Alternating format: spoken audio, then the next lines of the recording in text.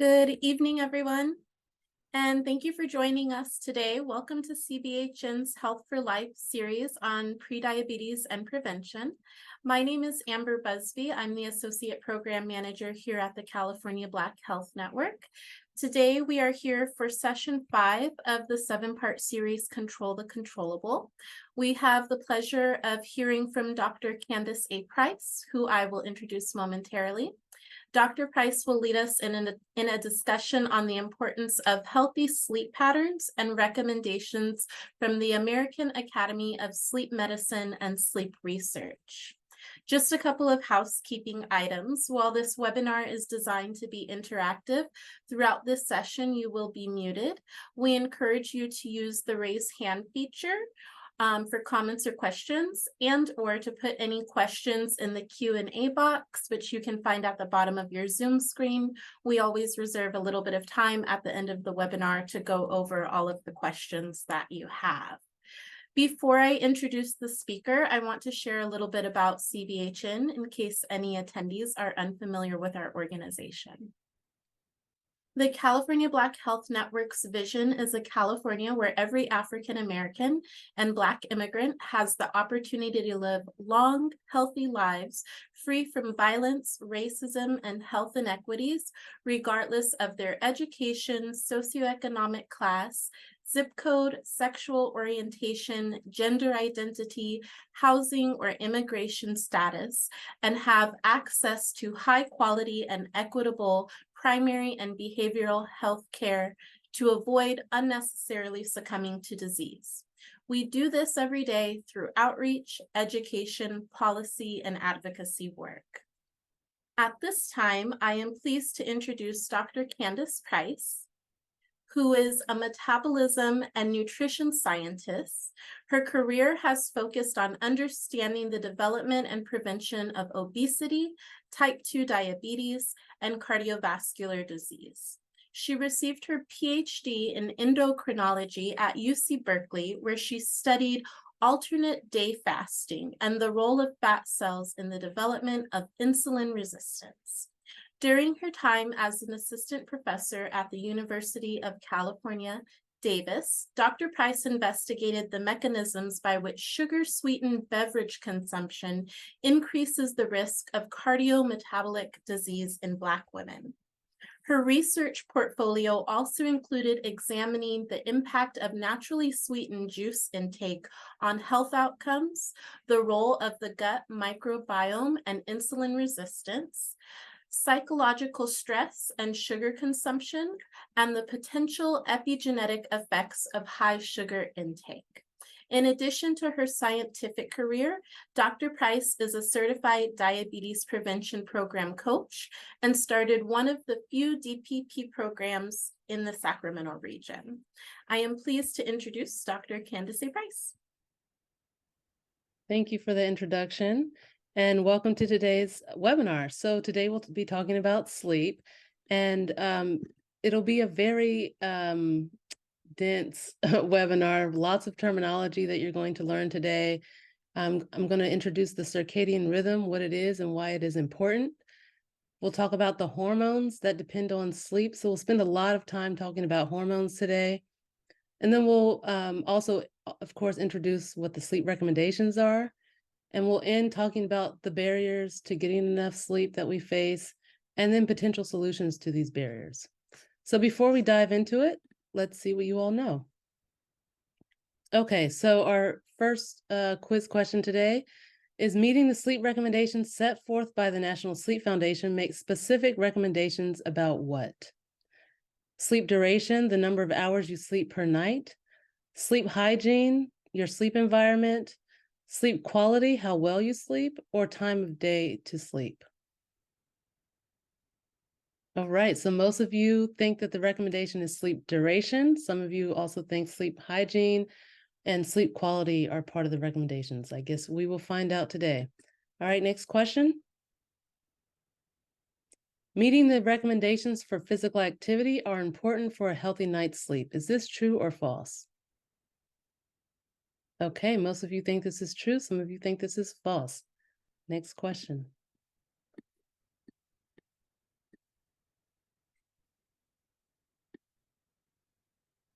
Okay, what is one reason why getting a good night's sleep is important for the prevention of type 2 diabetes? A good night's sleep promotes unhealthy food choices, helps your cognitive function, moves fat to the visceral storage depot, or is necessary for proper insulin function. Okay, most of you think that it is necessary for proper insulin function and also helps your cognitive function. So yes, it does help cognitive function, but in terms of diabetes prevention, we're just focusing on, the answer here anyway, is just focusing on insulin function. But yes, cognitive function is very important, a very important aspect of sleep health. Okay, so let's go ahead and dive into it. Okay, so inadequate sleep is a risk factor for type 2 diabetes. Sleep deprivation reduces insulin sensitivity, reduces glucose uptake, increases the desire to consume high sugar foods, increases hunger, and leads to weight gain. And we'll talk about some of the mechanisms through which this happens.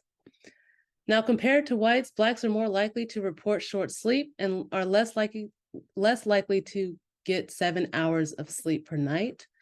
And of course, we know that suboptimal sleep duration is associated with diabetes. This has been shown in many studies. This data specifically is from the National Health Interview Survey. We also see in many studies that Blacks are receiving less than 6 hours of sleep per day. And if you look at this graph, the Blacks are displayed here. The dark blue represents the number of the percentage of participants, Black participants that receive 6 or fewer hours of sleep per night. And if you notice, compared to the other race and ethnic groups, it's the only group that's receiving, where the majority of the people are receiving that little bit of sleep. So clearly this is a major issue in our community. And you'll find out later that it does contribute to our increased risk that we're seeing in cardiometabolic disease and type 2 diabetes specifically. So the National Sleep Foundation recommends that adults sleep between 7 to 9 hours per night. And we know that sleep is critical for maintaining our circadian rhythm and our internal clocks. And I'll talk about what that means. So this is critical for metabolic function and health. There's 5 different sleep stages. We're not going to really spend a lot of time on sleep stages today, but I just wanted to introduce that to you. We, of course, have an initial stage where we're drowsy, we're starting to fall asleep. We're in a light sleep stage. Then we have moderate sleep, and then we go into a deep sleep stage and what's known as rapid eye movement or REM stage. Most people are probably familiar with the REM stage, but deep sleep is also recently been shown to be very important for metabolic health and specifically type 2 diabetes prevention. And one of the reasons why is because this is the deepest state of sleep. It's when our body is fully relaxed and our brain, we're having a lot of brain activity going on. We have a lot of tissue repair, growth, and cell regeneration, and our immune system strengthens. So we're not going to, like I mentioned before, we're not going to go into a lot of detail about the sleep stages, but I do want to make a point that the deep sleep stage is thought to be perhaps even more important than the REM sleep stage in regards to its necessity in our health related to diabetes prevention, insulin function, glucose tolerance, and helping to maintain our glucose levels.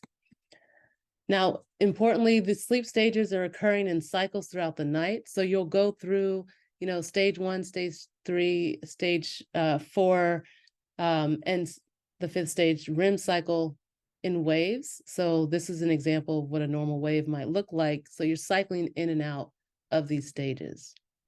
And you might also notice that the REM stages increase as the duration of sleep increases.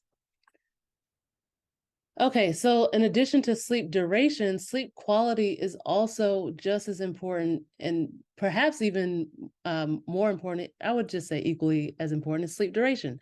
Okay, so sleep quality includes your sleep latency. This means how long it takes you to fall asleep. Ideally, it should take 30 minutes or less.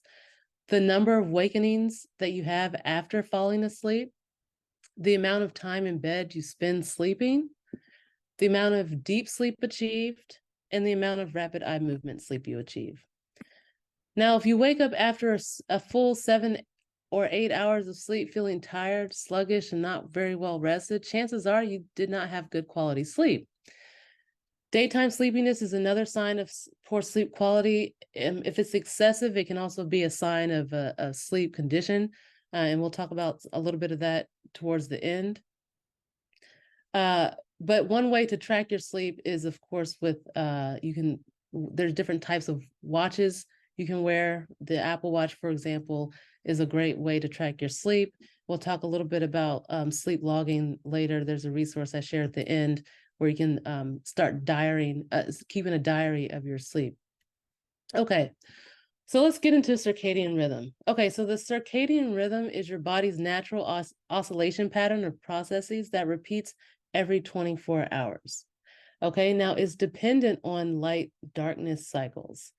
So it's regulated by the exposure to light. So here's an example of sun, right? The light that hits our eyes is going to signal an area in the hypothalamus. That's a part of the brain that has a lot of different components of signaling that's important for metabolism and hunger, feeding, and emotions, and all kinds of things that regulates our body. And one of these areas, called the suprachiasmatic nucleus, or SEN for short, is critical for maintaining our circadian rhythm. So this SEN is our central clock, okay? And it controls our circadian rhythm that's happening in our body.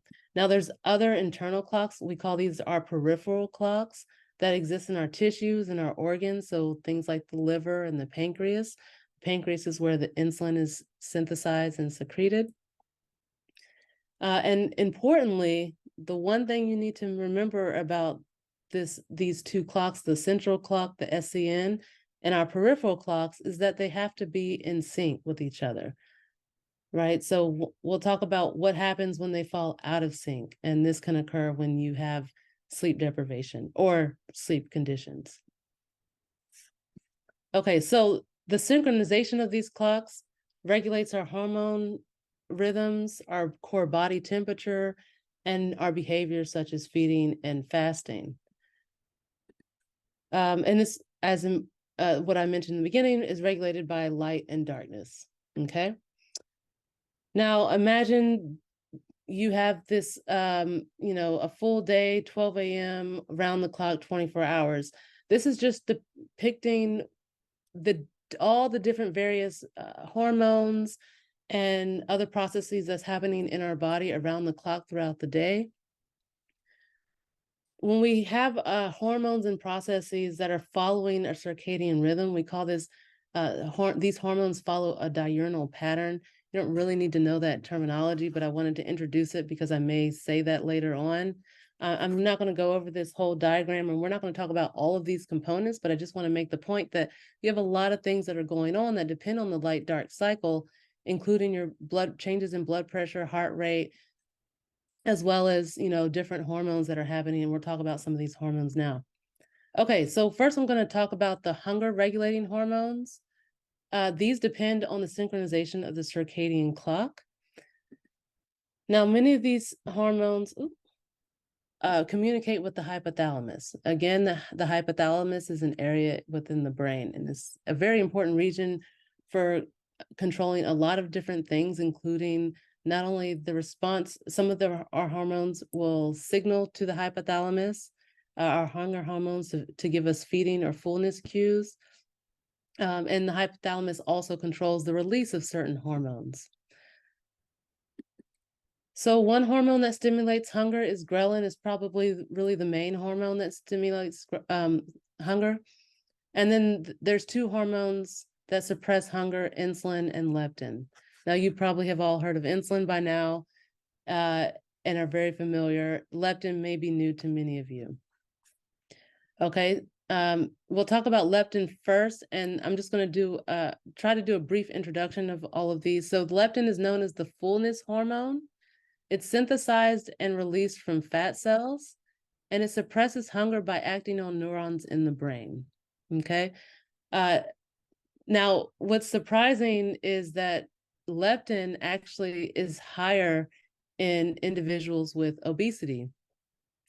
And it does not mean that individuals with obesity are able to control their hunger better. It's actually because they're synthesizing more fat, they're making and storing more fat, and the leptin is made from the fat tissue. But what happens is the brain actually is not always able to respond to that insulin, to that leptin.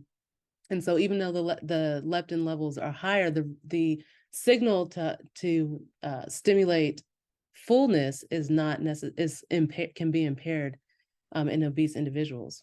So here in this graph, I'm showing you a 24-hour chart of insulin concentrations throughout the day and how it compares through with the meals that we're consuming. So this is a study that was done in human participants. Now, leptin is mostly stimulated by food intake, but its secretion is also stimulated by the circadian clock. So you can see after each meal, breakfast, lunch, and dinner, you can see leptin is increasing, right? And it increases throughout the day. You may also notice that leptin is highest at night when we're supposed to be sleeping, okay? Because our bodies, we're not eating, we're in a state of stillness and repair, so our bodies do not need to eat, okay? But again, you can see this leptin is changing concentrations throughout the day.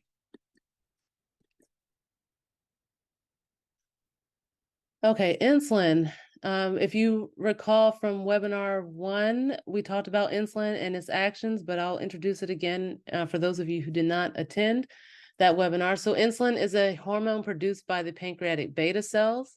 It stimulates glucose uptake into tissue cells, muscles, and fat.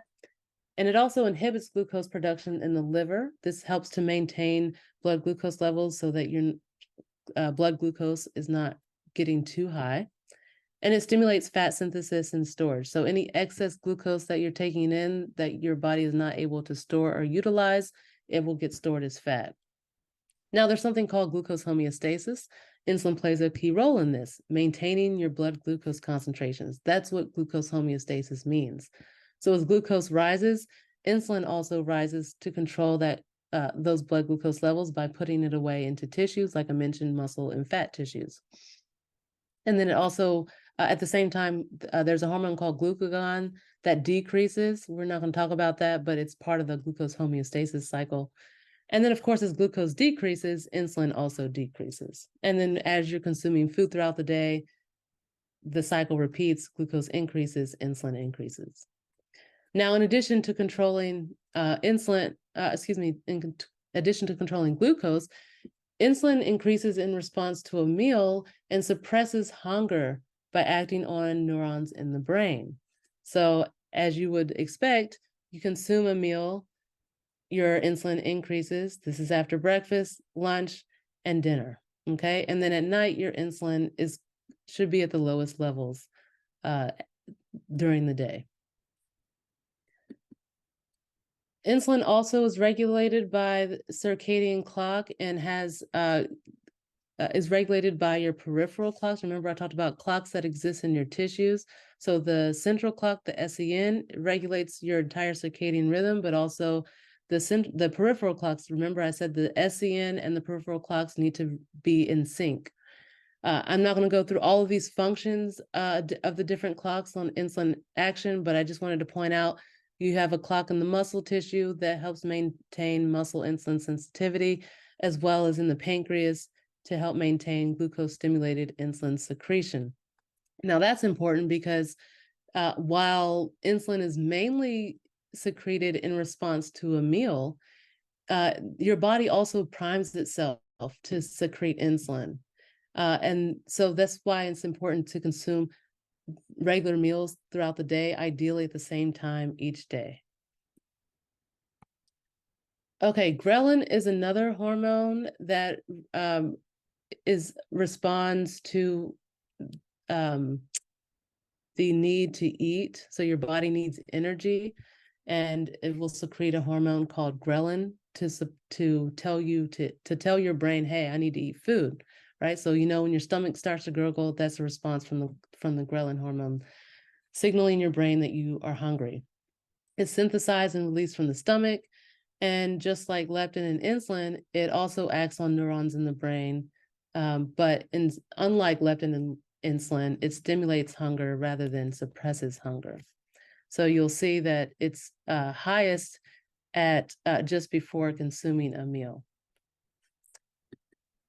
Okay, so now let's talk about some of the key circadian hormones. So these are the hormones that really truly depend on their circadian rhythm to be functioning normally.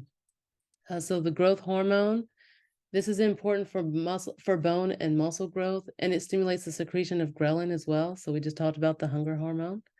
And then it opposes insulin's actions on fat. So while insulin will store any excess glucose in the form of fat, growth hormone promotes the breakdown of that fat.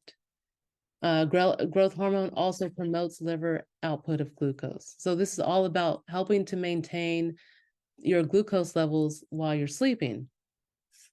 Now, importantly, growth hormone, the maximum levels of secretion you will notice occur during your sleep, and specifically during the deep stages of sleep. So I mentioned earlier that deep sleep is critical for our health, and one of the reasons why is because it stimulates growth hormone. And in fact, there was a study that showed, so the black is someone that's not sleeping. They have stayed awake during this entire period, this entire day, and then the reds is showing you the concentrations of growth hormone as someone is sleeping. And this is important to show you because growth hormone will only fluctuate, it will only peak during your sleeping hours, right? So if you don't sleep, you don't get that rise in growth hormone. So remember how I said growth hormone helps to break down fat? Well, if you're not getting enough sleep, it's harder to also lose weight. And this is one of the reasons why. There's many reasons, but growth hormone contributes to that. Okay, so now let's talk about cortisol. We're going to also talk about cortisol in the next webinar, which is all about stress. And many of you probably are only familiar with cortisol in the context of stress, because it is known as the stress hormone, but it's a major steroid hormone that plays an important role in metabolism, regulates the metabolism of glucose, fat, and protein. So in the liver, cortisol stimulates glucose production, and it increases glucose in the blood by opposing insulin's action on the liver. In the muscle, cortisol reduces glucose uptake, and it reduces muscle cells' response to insulin. Okay, so remember the insulin is responsible for putting the glucose into the muscle cells. Well, the cortisol prevents that from happening. And then in fat cells, cortisol stimulates the breakdown of fat, so similar to growth hormone, and reduces fat cells' response to insulin. So again, remember insulin promotes fat storage, cortisol does the opposite. Now, cortisol operates on a very specific diurnal pattern, right? That's dependent on the circadian rhythm, the exposure to lightness and darkness. So here again is a depiction of a day, image of a day, and the rise and fall of cortisol throughout that day. So when you're sleeping, cortisol is low, but it starts to rise as you're approaching your waking hour, and it peaks 30 minutes after you wake up, and then it starts to fall throughout the course of the day. Now, dysregulation, the dysregulation in the shifts of the circadian rhythm impacts your 24-hour hormone fluctuations. So all those hormones that I showed you that fluctuate throughout the day, and this can impact your meal consumption because it's also impacting the fluctuation of those hunger hormones. Cortisol, which I mentioned, opposes insulin's action. Of course, then if there's a dysregulation of the cortisol diurnal pattern, then this could also make you can have less insulin available in circulation to put glucose away if you have too much cortisol in circulation, because cortisol is going to inhibit the actions of insulin, and this, of course, results in higher glucose levels. Sleep deprivation, as it relates to cortisol, also contributes to an increase in visceral fat accumulation. So again, if you remember from webinar 1, we talked about visceral fat accumulation being the bad fat. This is associated, high amounts of visceral fat accumulation is associated with a greater risk for insulin resistance and type 2 diabetes. And so when you have a sleep deprivation and you're promoting the breakdown of fat, but you're also actually promoting, when you're deprived anyway of sleep, you're promoting a distribution of fat that's not favorable. Also, of course, leads to a reduction in insulin sensitivity, increased appetite, and an increased consumption of foods high in sugar and fat. Now, we're not going to go into that whole explanation today, but we will talk about some of that in the stress webinar. But one of the main mechanism for this increased consumption of foods high in sugar and fat is by the signals that happen in the hypothalamus region of the brain. Okay, the last hormone we're going to talk about is melatonin. This is known as the sleep hormone. This is the hormone that's produced in response to darkness. It's key to managing your sleep-wake cycle in response to your circadian rhythm. So many of you may have heard of melatonin supplements. So this is why people take melatonin supplements, because they have trouble falling asleep. I'll show you in a bit the circadian rhythm of the melatonin that occurs in terms of its rise and fall in sleep, in light and darkness. So because melatonin depends on darkness to rise, blue and green light from our screens, our cell phones, and our TV neutralizes melatonin's effects on the brain. And so that's why it's important to create really good sleep hygiene, like dimming down the lights close to bedtime to help stimulate the release of melatonin. Okay, so here in red is a depiction of what melatonin looks like throughout the day. And really, I just want to point out that as nighttime occurs, you see that melatonin takes a sharp increase, and it peaks at night in the middle of the night. And then as daylight approaches, melatonin falls. And as melatonin is falling, cortisol is rising. Okay, so cortisol is the lowest during sleep at night, peaks in the morning. Melatonin is the highest during sleep and falls in the morning. Okay, so how might sleep deprivation affect these hormones and our risk for diabetes? So here is some data. I'm going to show you a few slides from this study in which they took participants and placed them under 3 different sleep protocols. One in which they had a typical recommended 8 hours in bed, which resulted in just under 7 hours of sleep. They spent 3 nights under this condition, and then they had 6 consecutive nights with 4 hours in bed, which resulted in just under 4 hours of sleep, and then 7 nights where they spent 12 hours in bed, which resulted in 9 hours of sleep.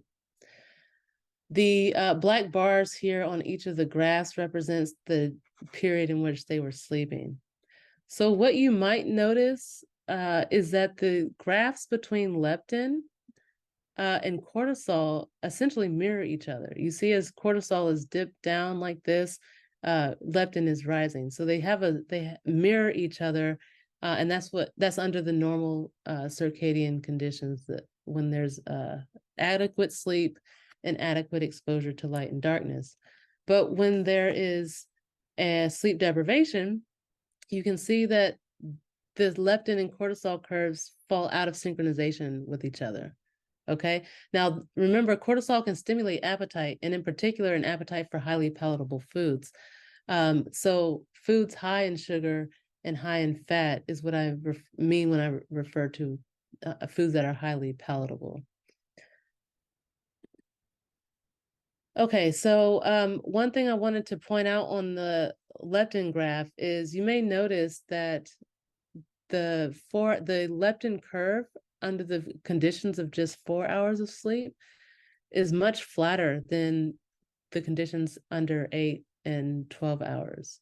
Okay, so again, this has implications on our hunger signals, right? So leptin is responsible for stimulating fullness, right, is telling our body that we don't need to eat. But when we're sleep deprived and we're not getting those peaks in leptin, then we're interfering with our satiety signals, the signaling that's telling our brain that we're not hungry anymore. So this can, of course, lead to changes in eating behaviors that can lead to changes in weight gain.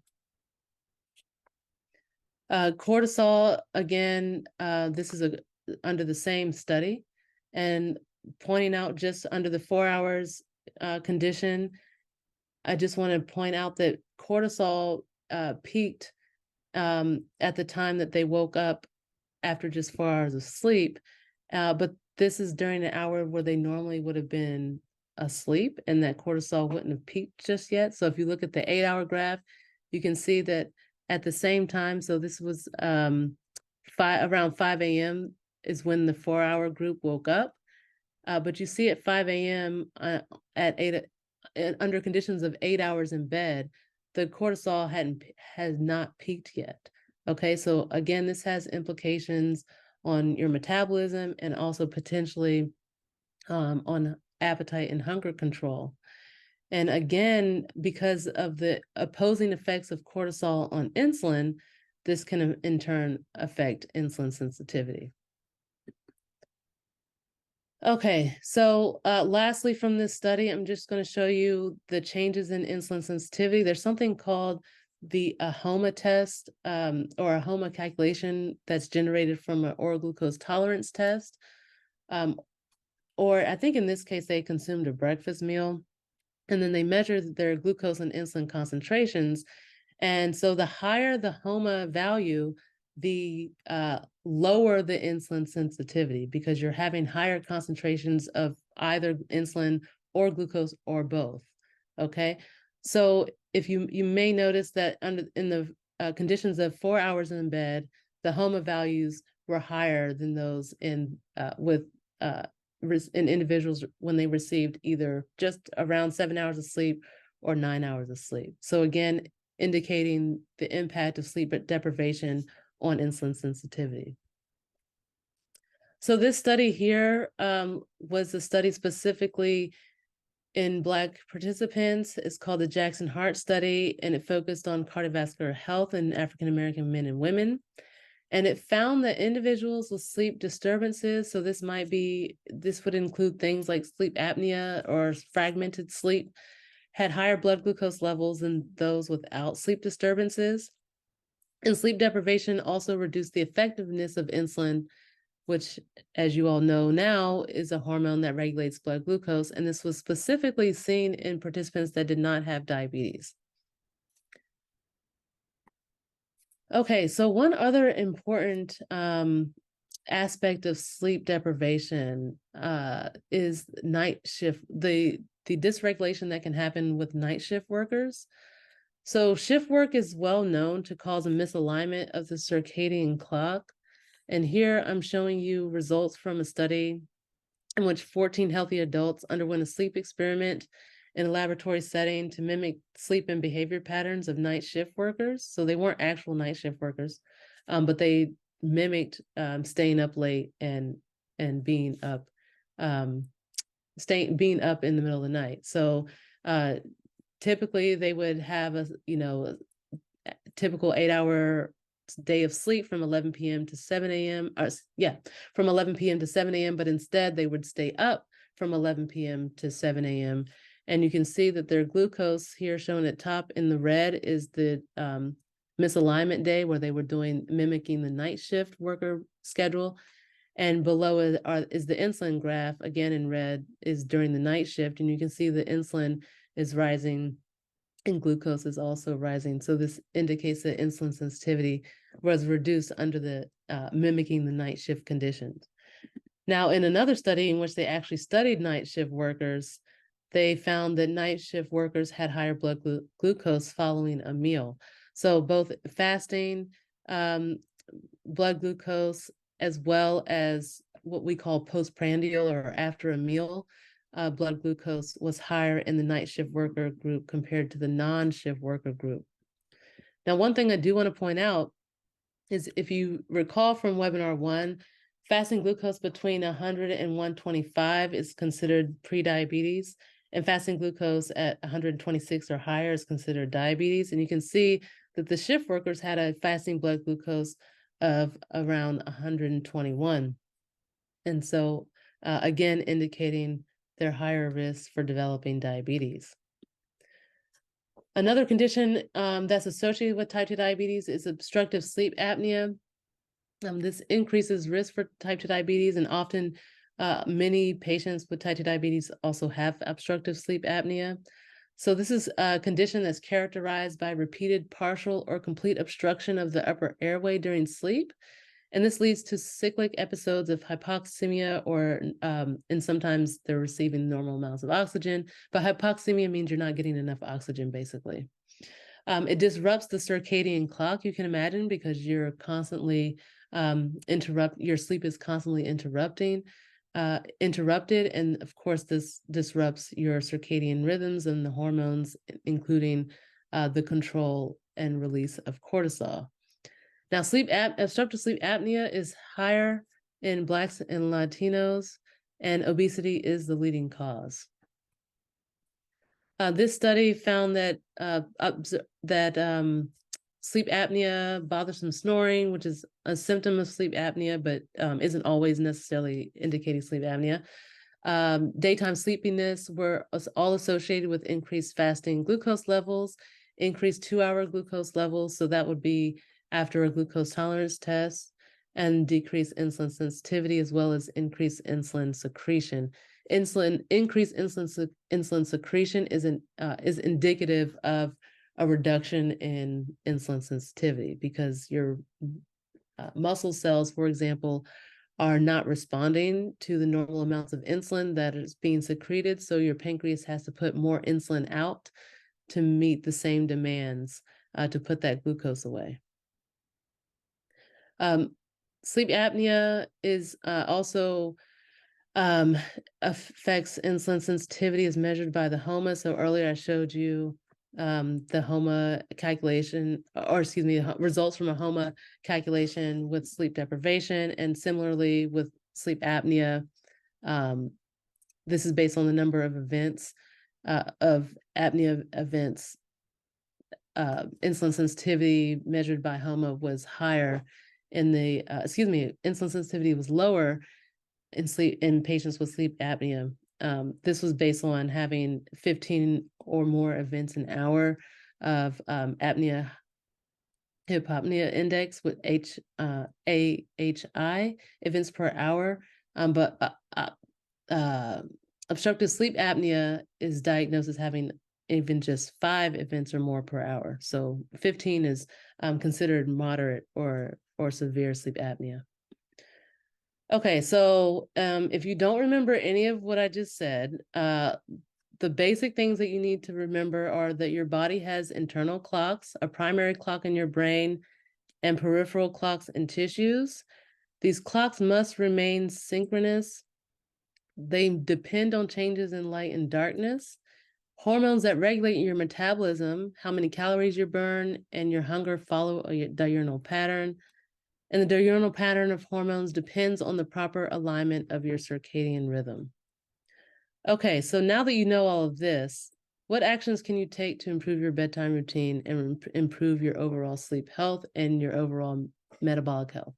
Okay, so just in general, the 3 key areas are eating healthy, right? This includes eating nutrient-dense foods, exercising, and having good sleep hygiene and a bedtime routine. Now we're going to go through each of these in a tad bit more detail. Okay, so if you recall from webinar 3, we talked all about nutrition, eating healthy, low in fat and low in sugar foods and beverages. I just wanted to remind you all that the My Plate model is a great model to follow so that you can ensure that you're having a balanced diet. And so this is a great model, again, to use as your guide throughout the day to ensure that you're eating enough vegetables and proteins, fruit and dairy, and not too much fat or sugar. Time your meals wisely. Some studies have shown that meal timing is important in terms of healthy sleep. So choosing at least, for example, 4 hours before your chosen bedtime to have your last meal of the day. I say your last healthy meal because all of your meals should be healthy. But this does not mean that you can have one last healthy meal at 4 hours before bedtime and then an unhealthy meal 2 hours before bedtime.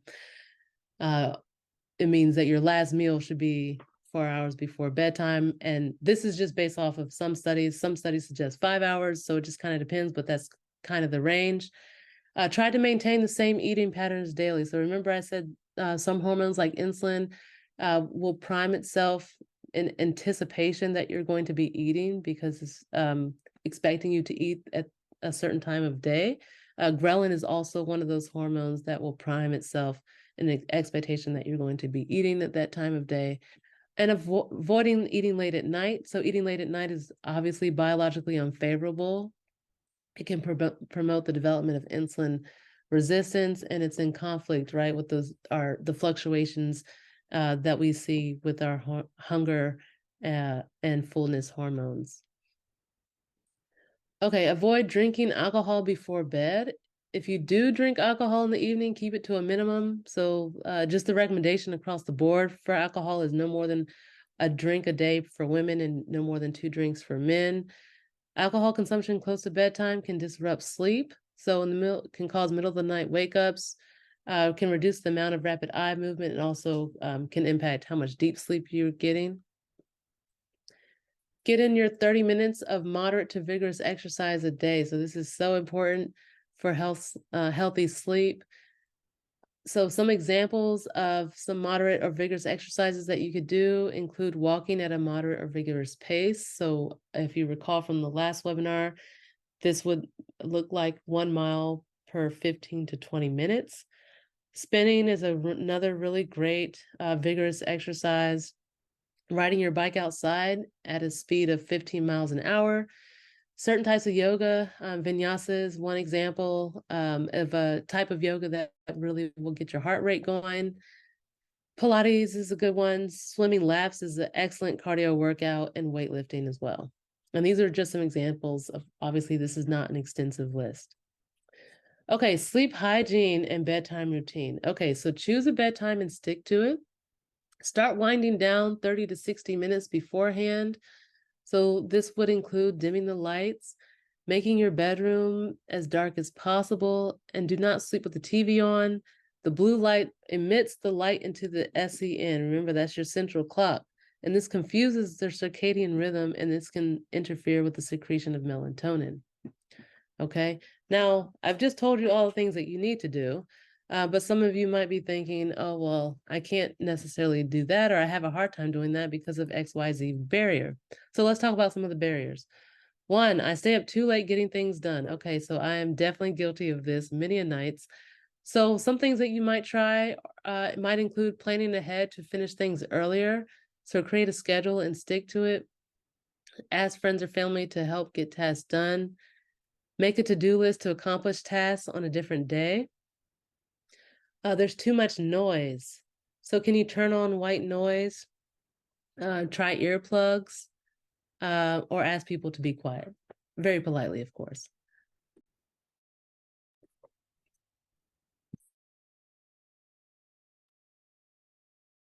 Oops. Okay. There's too much light. So if you have blackout curtains or can buy blackout curtains, this is a really great solution for that. If you can't buy blackout curtains, an even cheaper solution is to wear an eye mask or a sleep mask. You can usually find them for $10 on Amazon, or $20 for the really good ones that don't press against your eye. You're thirsty. Okay, so stay well hydrated throughout the day. So oftentimes people have an issue getting up for the bathroom because they drink too much water close to bedtime.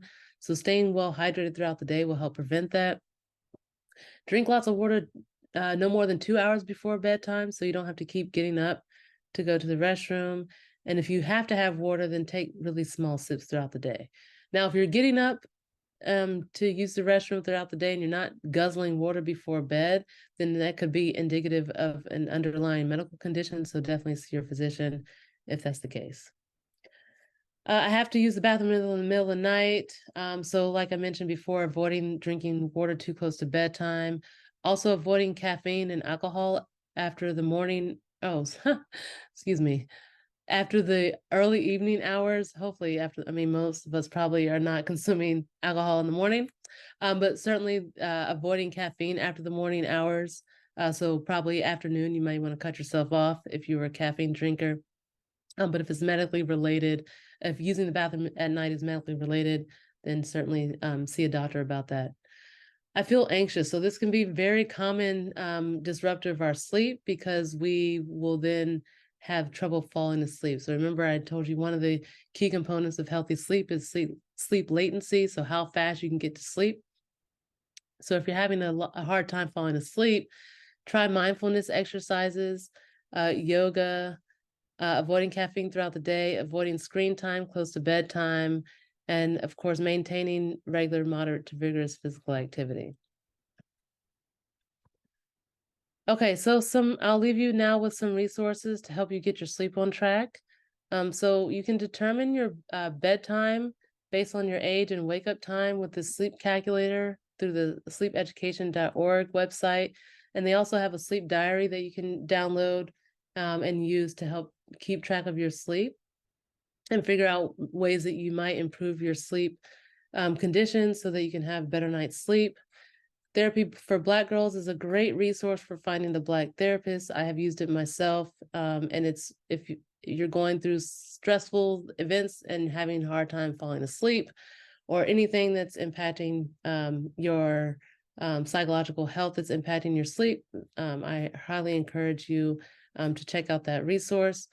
And of course, getting a medical checkup with your primary care physician if there's anything that might be medically related that might be impacting your sleep.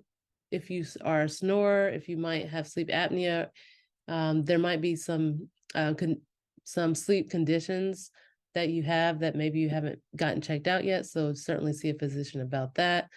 And then relaxation techniques. So earlier I mentioned mindfulness exercises. My favorite app to use is called the Insight Timer. It's a meditation app, but they also have calming music that you can sleep to.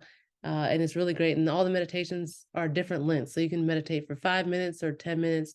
And they're guided meditations often, not all of them, but you can certainly find guided ones, which are great for people who are novices, who've never meditated before. It really helps you to get into it. And I used to, during the pandemic, I would start my mornings sometimes outside with my Insight Timer app, and it was wonderful. Okay, so now I'll open the floor for questions, and thanks for listening.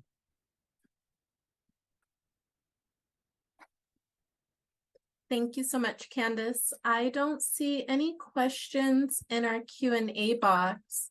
I just want to appreciate you for tying together the education from previous sessions into this session. And again, I always kind of have a personal thing that comes up. When I'm sleeping, oh, I see a hand, I will come to you. When I'm sleeping, sometimes I wake up so thirsty. So I was listening to what you were saying about drinking water. I try not to drink too much right before I go to bed, but there are nights when I wake up and I'm just like, I'm so thirsty. And so I'm in the habit of keeping a water bottle by my bed. But I wonder, do you have any insights on like what causes that and how to avoid that? Yes, I actually have the same issue sometimes, mainly because if my child wakes me up in the middle of the night, and then I'm like, the air here is so dry. Depending on where you live, if you have really dry air, you could feel more dehydrated, especially in the middle of the night. So I also keep a bottle of water next to my bed, and I'll take a small sip if I need to. But also what helps is a humidifier. If you have a humidifier, sleeping with one will help prevent that air from getting so dry and help you from not feeling so thirsty in the middle of the night. In some cases, it can be medically related, but it's usually excessive thirst that would happen. But if it's just like general thirst, like you have dry mouth, it could just be because the room is so dry, and maybe trying a humidifier might be helpful. Thank you so much. I do see one question in the chat, but I want to acknowledge the hand that I saw go up first. Ambria, can you unmute and allow, I apologize, I'm just going to say your last name, Elliot, to go ahead and ask their question? You should be able to speak. Okay, this is Elliot. Were you asking the other lady to ask her question first? No, I was acknowledging your hand first. Okay. Again, a great presentation, Candice. And I apologize, I had to step away just for a minute. And you've made it real clear how to get a better night's sleep. But melatonin, I've heard a lot about that. Did you say anything about people taking melatonin as supplements to help sleep? Did you? Yeah, I did not mention that, but that's a great question, or a great point. I guess it wasn't a question. But yes, so oftentimes, I mean, I did mention that people have maybe have heard of it because they might be taking it as a supplement, but I didn't really go into any more information beyond that. The only issue with taking melatonin as a supplement is becoming dependent on it. So remember how I said the melatonin really relies on that darkness exposure to increase. Yes. And when you're taking the supplement so regularly, you lose that ability for your body to naturally signal the melatonin production.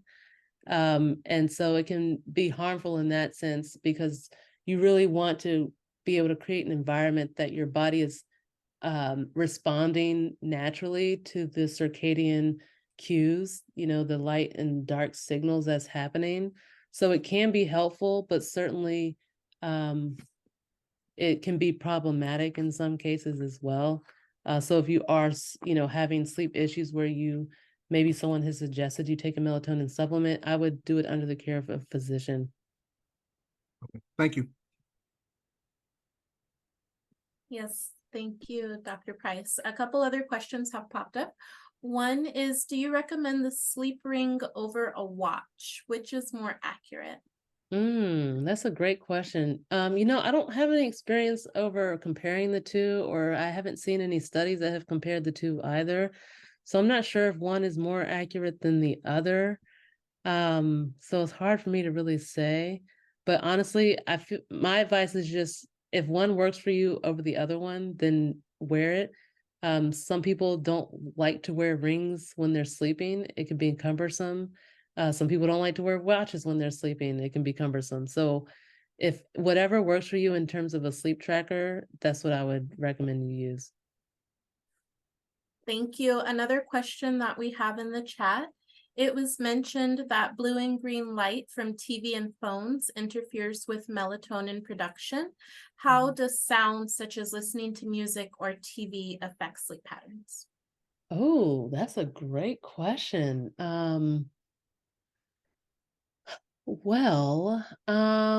don't actually know the answer to that. I've never seen research on sound and sleep before, except for it might just depend on the person. Some people are really deep sleepers and can sleep through sound and noise and have no issue.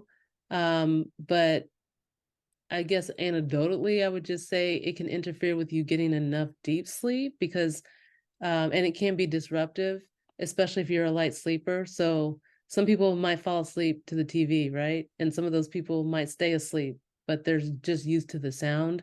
Some people are used to city dwelling and hear a lot of noises outside and they can sleep through that, and that's relaxing to them. If they were to go into the country and hear nothing but crickets all night, they would be up because it would be strange to them and it wouldn't be as calming. So I kind of think it sometimes depends on the person. Some people, if let's say there's noise that they fall asleep to, it can be very disruptive because then they'll end up waking up in the middle of the night. And of course, we know that, fragmented sleep is really unhealthy for maintaining that circadian rhythm and healthy sleep. So it kind of just depends on what works for you.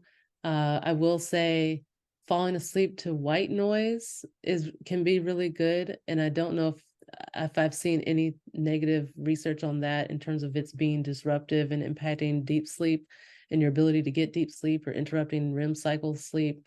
So as long as it's white noise, it's probably healthy. If it's noise where you have fluctuations a volume and tone that might be a little bit less beneficial for your sleep hygiene.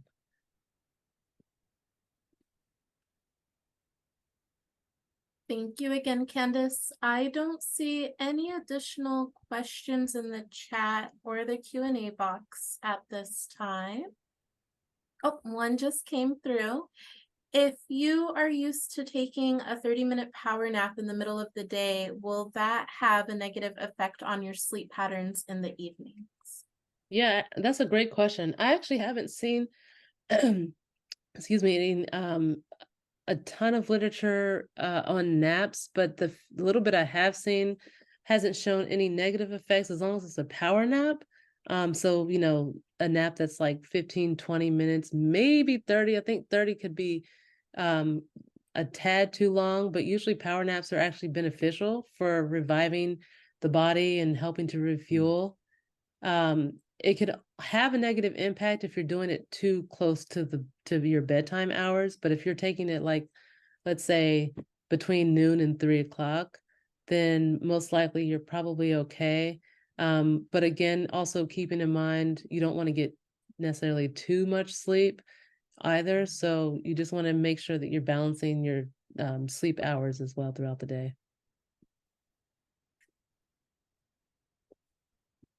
And Elliot, I see your hand. Yes, thank you. First of all, I want to apologize, Dr. Price. I should have referenced you as Dr. Price, not That's Candice. all right. Second of all, I missed your first seminars. And of course, I asked about melatonin, and I know the importance of having a good balanced meal and diet. Did you mention anything earlier in your seminars on any quote unquote supplements or nutrients that you recommend or feel comfortable with? You know, I didn't talk about supplements, and I usually don't talk about supplements. It's not really my area of expertise. Okay, that's okay. That's okay. If it's not, I was just curious. Oh, Thank yeah, you. no, sure. One more question. You touched on this a little bit about night shifts. What advice do you give individuals with families who may also work nights and find their sleep hours varying each day? Oh, yeah. Okay, so addressing sleep shift workers is so challenging for me just because, you know, our employment is our livelihood, right? So to tell someone you should just stop shift working, that's the simple answer, is not really realistic for some people. So, you know, one of the key things I'll first mention is if changing your shift is not an option at all, changing your eating habits. So there has been a study where shift workers who, you know, still worked at night, if they didn't eat during that period of time where they were up, but they ate only during the normal times of day, so like as if they weren't a shift worker, right? They were eating breakfast, lunch, and dinner during the daylight hours. They've had healthier metabolic profiles than the shift workers who were eating throughout the night shift. So the one thing I would say is at least choosing healthy meals, one, but also choosing to eat those healthy meals during your daylight hours and not your nighttime hours. And then, you know, when you're in the home setting, maybe having a discussion with your family members to explain to them how important it is for you to get adequate sleep, and trying to work with the family to figure out a good way that works for everyone for you to be in a room with darkness and quiet so that you can get that adequate sleep that you need.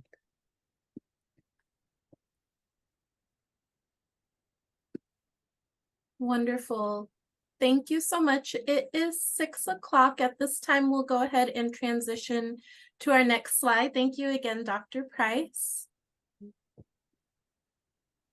We have one more session coming up on September 21st, same time. So in 2 more weeks, we'll have session 6 led by our wonderful Candice Price. This one will be on managing stress and balancing diabetes prevention. We have the final session sometime in October. And that one will focus on smoking cessation. The date and time will soon be released, and you can find those details on our events page. We will have another great webinar, part of the Health for Life series, focused on the Non-Toxic Black Beauty Project, Brands, Beauty, and Breast Cancer, as October is Breast Cancer Month. That will be on October 19th at 12 p.m. And then we've got caregiving and the Black community, excuse my typo there, happening November 9th at 12 p.m. That is the final session of that series as well, and it's all about navigating resources. At the bottom of the screen is our events page link, where you will be able to register for each of these webinars separately.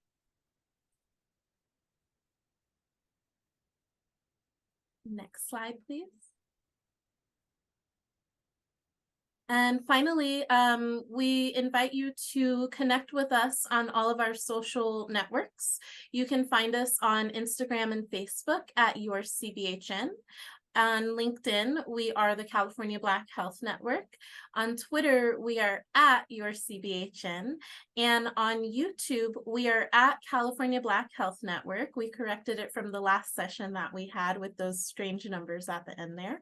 And you can also find all of the recordings. So if you missed any of the sessions from this series, or you're interested in other sessions that we've had under the Health for Life and even our health equity forums, all of those recordings will be found there on the YouTube channel.